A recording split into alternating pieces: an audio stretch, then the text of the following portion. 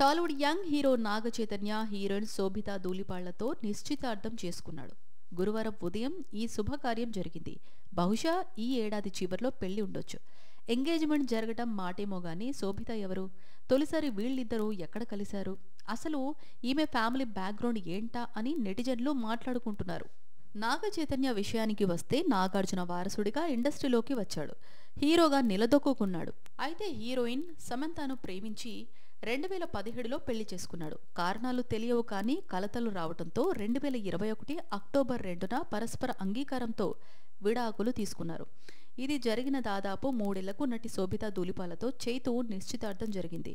ఉమ్మడి ఆంధ్రప్రదేశ్లోని తెనాలిలో పుట్టిన శోభిత వైజాగ్లో పెరిగింది. అక్కడే చదువుకుంది. తండ్రి మర్చెంట్ నేవీ ఇంజనీర్ కావడంతో ముంబైలో స్థిరపడింది.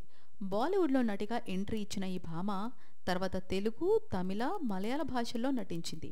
తెలుగులో అడవిశేష్ గూఢాచారి, మేజర్ సినిమాల్లో మాత్రమే నటించింది. హీరోయిన్ కంటే నటిగానే ఈమె గుర్తింపు తెచ్చుకుంది. పొన్నియిన్ సెల్వన్ లాంటి పాన్ ఇండియా సినిమాలతో పాటు పలు వెబ్ సిరీస్లోనూ నటించింది. హాలీవుడ్లోనూ మంకీ మ్యాన్ అనే సినిమాలో నటించింది.